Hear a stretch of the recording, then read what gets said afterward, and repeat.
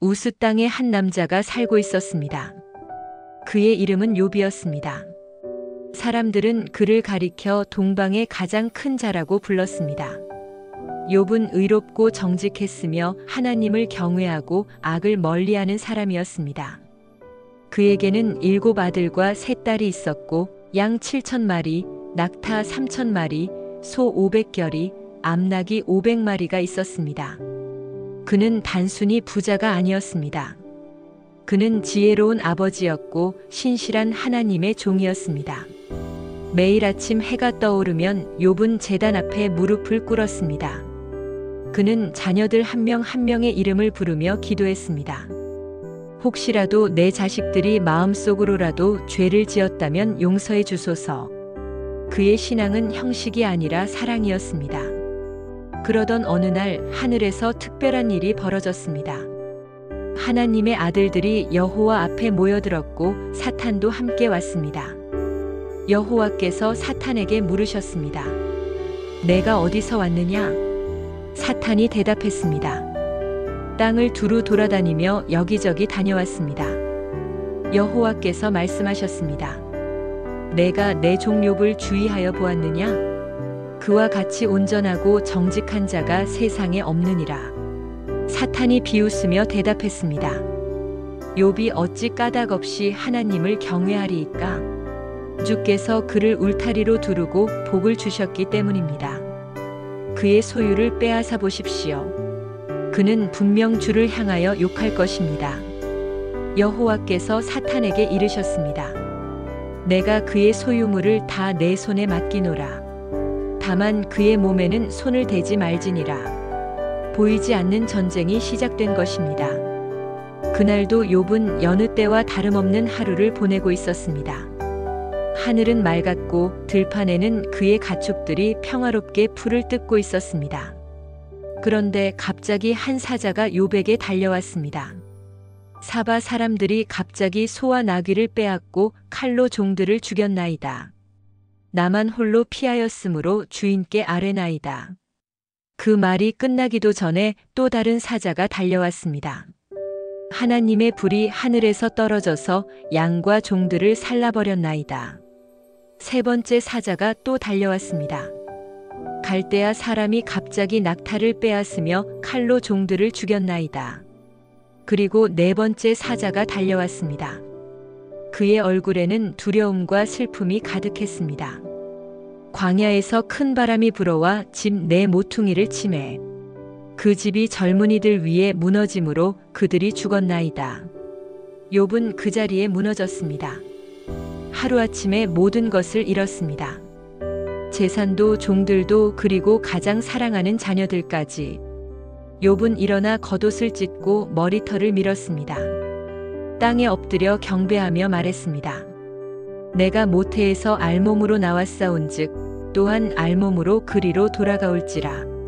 주신 이도 여호와시요 거두신 이도 여호와시오니 여호와의 이름이 찬송을 받으실지니이다. 욥은 모든 것을 잃었지만 하나님을 원망하지 않았습니다. 하지만 시험은 끝나지 않았습니다. 다시 사탄이 하나님 앞에 나타났습니다. 사탄이 말했습니다. 가죽으로 가죽을 바꾸오니 사람이 그의 모든 소유물로 자기의 생명을 바꾸올지라. 이제 그의 뼈와 살을 치소서. 그리하시면 틀림없이 주를 향하여 욕하지 않겠나이까? 여호와께서 말씀하셨습니다. 내가 그를 내 손에 맡기노라. 다만 그의 생명은 해하지 말지니라. 사탄이 물러가서 욥을 쳤습니다. 발바닥에서 정수리까지 악성 종기가 나게 했습니다. 욥은 제 가운데 앉아서 기와 조각을 가져다가 자기 몸을 긁었습니다. 그의 몸은 고통으로 뒤덮였습니다. 욥의 아내가 그에게 말했습니다. 당신이 그래도 자기의 온전함을 굳게 지키느냐? 하나님을 욕하고 죽으라. 하지만 욥은 그녀에게 대답했습니다. 우리가 하나님께 복을 받았은즉 재앙도 받지 아니하겠느냐? 이 모든 일에 욥이 입술로 범죄하지 아니하니라. 욥의 소식을 들은 세 친구가 찾아왔습니다. 대만 사람 엘리바스, 수아 사람 빌닷, 나아마 사람 소발이었습니다. 그들은 멀리서 욥을 보았지만 그가 누구인지 알아보지 못했습니다. 그들은 소리를 높여 울며 각각 자기의 겉옷을 찢었습니다. 그들은 7일 7야를 그와 함께 땅에 앉아 있었습니다. 욥의 고통이 심히 큼을 보았으므로 그에게 한마디도 하는 자가 없었습니다. 마침내 욥이 입을 열어 자기의 생일을 저주했습니다. 내가 난 날이 멸망하였더라면 사내 아이를 베었다 하던 그 밤도 그렇게 되었더라면. 욥의 절규가 밤하늘에 울려 퍼졌습니다. 대만 사람 엘리바스가 대답했습니다. 생각해보라, 죄 없이 망한 자가 누구인가? 정직한 자가 끊어진 일이 어디 있는가? 하나님은 의로우신 분이시니 내게 반드시 이유가 있을 것이라. 엘리바스의 말은 욥에게 위로가 아니라 상처였습니다. 수와 사람 빌닷도 말했습니다. 내가 어느 때까지 이런 말을 하겠으며 어느 때까지 내 입의 말이 거센 바람과 같겠는가? 하나님이 어찌 심판을 굽게 하시겠으며 전능하신 이가 어찌 공의를 굽게 하시겠는가?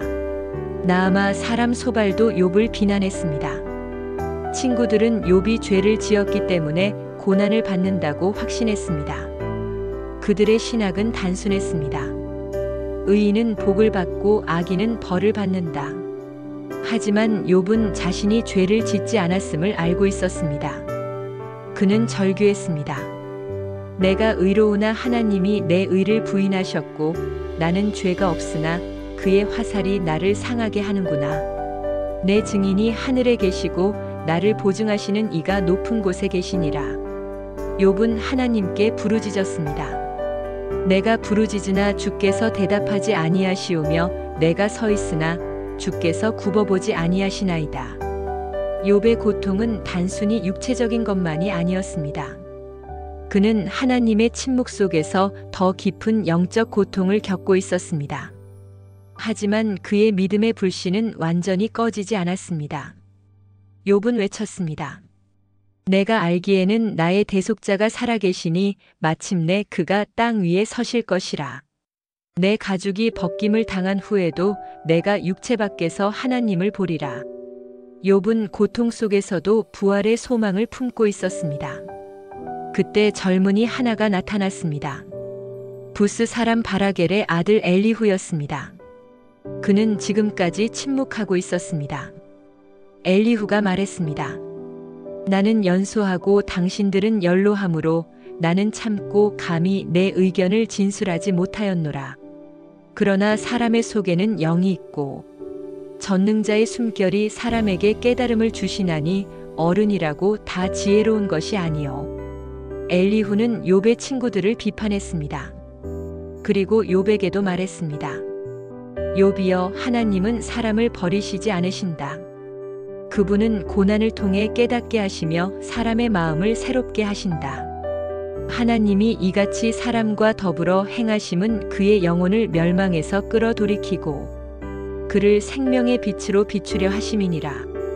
엘리후의 말이 끝나자 갑자기 하늘에서 변화가 일어났습니다. 검은 구름이 몰려들고 강한 바람이 불기 시작했습니다. 그리고 폭풍 가운데서 여호와께서 욥에게 말씀하셨습니다. 무지한 말로 생각을 어둡게 하는 자가 누구냐? 너는 대장부처럼 허리를 묶고 내가 내게 묻는 것을 대답할지니라. 내가 땅에 기초를 놓을 때에 내가 어디 있었느냐? 내가 깨달아 알았거든 말할지니라. 누가 그 도량을 정하였는지 누가 그 줄을 그 위에 띄웠는지 내가 아느냐? 하나님의 질문이 계속되었습니다.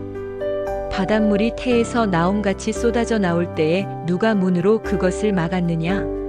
내가 내 생일 후로 아침에게 명령하였느냐? 새벽에게 그 자리를 일러주었느냐? 내가 바다 깊은 곳에 들어갔었느냐? 사망의 문이 내게 나타났느냐? 땅의 넓이를 내가 측량할 수 있느냐? 하나님은 욥에게 창조의 신비를 펼쳐 보이셨습니다. 내가 북두성을 메어 묶을 수 있겠느냐? 삼성의 띠를 풀 수 있겠느냐? 내가 하늘의 궤도를 아느냐? 하늘이 땅을 다스리는 법칙을 정하였느냐? 하나님은 동물의 세계도 보여주셨습니다. 산 염소가 새끼 치는 때를 내가 아느냐? 들나귀가 누가 놓아 자유롭게 하였느냐? 들소가 어찌 기꺼이 내게 복종하겠으며 내 외양간에 머물겠느냐? 매가 떠올라 날개를 펴고 남쪽으로 향하는 것이 어찌 내 지혜로 말미암음이냐? 하나님의 음성은 욥의 영혼 깊숙이 울려 퍼졌습니다. 욥은 아무 말도 할 수 없었습니다. 욥이 여호와께 대답하여 이르되 보소서 나는 미쳐나오니 무엇이라 주께 대답하리이까. 손으로 내 입을 가릴 뿐이로소이다. 하지만 여호와께서는 계속 말씀하셨습니다. 내가 내 심판을 패하려느냐? 내가 의롭다 함을 얻으려 하여 나를 악하다 하느냐? 내가 하나님처럼 팔이 있느냐? 하나님은 욥에게 베헤못과 리워야단을 보이셨습니다. 베헤못을 볼지어다 내가 너를 지은 것 같이 그것도 지었느니라. 내가 낚시로 리워야단을 끌어낼 수 있겠느냐? 그것이 내게 계속하여 간청하겠느냐? 부드러운 말로 내게 이야기하겠느냐? 하나님의 말씀이 끝났습니다. 욥은 완전히 무너졌습니다. 그는 자신의 어리석음을 깨달았습니다. 욥이 여호와께 대답하여 이르되 주께서는 못하실 일이 없사오며 무슨 계획이든지 못 이루실 것이 없는 줄 아오니 무지한 말로 이치를 가리는 자가 누구니이까. 나는 깨닫지도 못한 일을 말하였고 스스로 알 수도 없고 헤아리기도 어려운 일을 말하였나이다. 내가 주께 대하여 귀로 듣기만 하였사오나 이제는 눈으로 주를 배움나이다. 그러므로 내가 스스로 거두고 티끌과 제 가운데에서 회개하나이다. 욥은 하나님을 만났습니다. 그는 하나님의 위대하심을 보았습니다. 그는 더 이상 하나님께 해답을 요구하지 않았습니다. 그는 하나님 자체로 만족했습니다. 여호와께서 이 말씀을 욥에게 하신 후에 대만 사람 엘리바스에게 말씀하셨습니다. 내가 너와 내 두 친구에게 노하나니 이는 너희가 나를 가리켜 말한 것이 내 종 욥이 말한 것처럼 옳지 못함이니라. 그런즉 너희는 수송아지 7마리와 순양 7마리를 가지고 내 종 욥에게 가서 너희를 위하여 번제를 드릴지어다. 내 종 욥이 너희를 위하여 기도할 것인즉 내가 그를 기쁘게 받으리니 너희가 우매한 만큼 너희에게 갚지 아니하리라. 욥이 그의 친구들을 위하여 기도할 때에 여호와께서 욥의 곤경을 돌이키시고 욥에게 그 전 소유보다 갑절이나 주셨습니다. 욥은 자신을 비난했던 친구들을 위해 기도했습니다. 그는 용서했습니다. 욥의 모든 형제와 자매와 이전에 알던 모든 사람이 와서 그의 집에서 그와 함께 음식을 먹고 여호와께서 그에게 내리신 모든 재앙에 대하여 그를 위하여 슬퍼하며 위로했습니다. 여호와께서 욥의 말년에 욥에게 그 처음보다 더 복을 주시니 그가 양만 4,000마리와 낙타 6,000마리와 소 1,000결이와 암낙이 1,000마리를 두었고 또 아들 7과 딸 3을 낳았습니다. 온 땅에서 욥의 딸들처럼 아름다운 여인이 없었고 그들의 아버지가 그들에게 기업을 주었습니다. 욥은 고난 이후에 140년을 살며 아들과 손자 4대를 보았고 욥이 늙어 나이가 차서 죽었습니다. 욥의 이야기는 우리에게 무엇을 가르쳐 줍니까? 첫째, 고난은 반드시 죄의 결과가 아닙니다. 욥은 의로운 사람이었지만 극심한 고난을 겪었습니다. 둘째, 하나님은 우리가 이해할 수 없는 방식으로 일하십니다. 욥은 끝까지 자신의 고난의 이유를 알지 못했습니다. 하나님은 욥에게 이유를 설명하지 않으셨습니다. 대신 하나님은 자신이 누구인지를 보여주셨습니다. 셋째, 진정한 믿음은 조건이 없습니다. 욥은 복을 받을 때나 고난을 받을 때나 하나님을 신뢰했습니다. 넷째, 하나님의 침묵은 하나님의 부재가 아닙니다. 욥이 가장 외로웠던 그 순간에도 하나님은 그를 보고 계셨습니다. 다섯째, 고난 후에는 회복이 옵니다. 욥의 말년은 처음보다 더 복되었습니다. 하나님은 신실하신 분이십니다.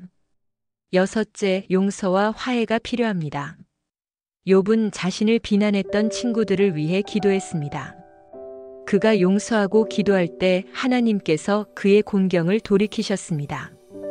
일곱째, 하나님을 아는 것이 가장 큰 복입니다. 욥은 재산을 잃었지만 하나님을 더 깊이 알게 되었습니다. 내가 주께 대하여 귀로 듣기만 하였사오나 이제는 눈으로 주를 배움나이다. 이것이 욥이 얻은 가장 큰 보물이었습니다. 우리도 욥처럼 고난의 시간을 지나갈 때가 있습니다. 그럴 때 욥의 이야기를 기억하십시오. 욥은 모든 것을 잃었지만 믿음을 잃지 않았습니다. 욥은 이유를 알지 못했지만 하나님을 신뢰했습니다. 그리고 마침내 하나님께서 그를 회복시키셨습니다. 고난의 밤은 길게 느껴질 수 있습니다. 어둠은 끝이 없는 것처럼 보일 수 있습니다. 하지만 기억하십시오. 하나님은 침묵 속에서도 일하고 계십니다. 하나님은 어둠 가운데서도 우리와 함께 계십니다. 욥은 이렇게 고백했습니다. 그가 나를 죽이시리니 내가 소망이 없노라. 그러나 나는 그의 앞에서 내 행위를 변호하리라. 욥의 믿음은 죽음보다 강했습니다. 그는 또한 말했습니다. 그러나 내가 가는 길을 그가 아시나니 그가 나를 단련하신 후에는 내가 정금같이 나아오리라. 정금같이 나아온다는 것은 순수해진다는 의미입니다. 고난은 우리의 불순물을 태웁니다. 고난은 우리의 교만을 낮춥니다. 고난은 우리의 믿음을 강하게 합니다. 그래서 고난을 통과한 사람은 고난 전보다 더 아름답습니다. 욥의 이야기는 수천 년이 지난 지금도 우리에게 위로와 소망을 줍니다. 왜냐하면 우리 모두가 인생의 어느 시점에서 욥이 되기 때문입니다. 하지만 욥의 이야기는 우리에게 말합니다. 고난 끝에는 회복이 있다고, 어둠 끝에는 빛이 있다고. 욥은 말합니다. 주신 이도 여호와시요 거두신 이도 여호와시오니 여호와의 이름이 찬송을 받으실지니라. 이것이 진정한 믿음입니다. 이것이 흔들리지 않는 믿음입니다. 이것이 정금 같은 믿음입니다. 그리고 이런 믿음을 가진 사람은 어떤 고난도 이겨낼 수 있습니다. 왜냐하면 그는 알기 때문입니다. 하나님이 그와 함께 계심을, 하나님이 그를 사랑하심을, 하나님이 그를 결코 버리지 않으심을. 욥의 고백은 오늘도 울려 퍼집니다. 내가 알기에는 나의 대속자가 살아계시니 마침내 그가 땅 위에 서실 것이라. 내 가죽이 벗김을 당한 후에도 내가 육체 밖에서 하나님을 보리라.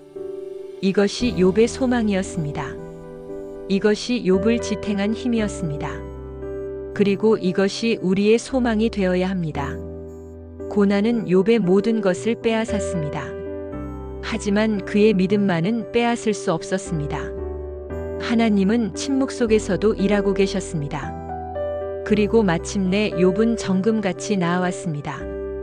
당신도 지금 고난 가운데 있습니까? 욥의 이야기를 기억하십시오. 고난은 끝이 아닙니다. 어둠은 영원하지 않습니다. 하나님은 당신을 보고 계십니다. 하나님은 당신을 사랑하고 계십니다. 그리고 때가 되면 하나님께서 당신을 회복시키실 것입니다. 그리고 당신의 말년이 당신의 처음보다 더 복될 것입니다. 그리고 당신은 정금같이 나아올 것입니다. 이것이 욥의 이야기입니다. 이것이 고난 속에서도 흔들리지 않은 믿음의 이야기입니다. 여호와의 이름이 찬송을 받으실지어다. 아멘.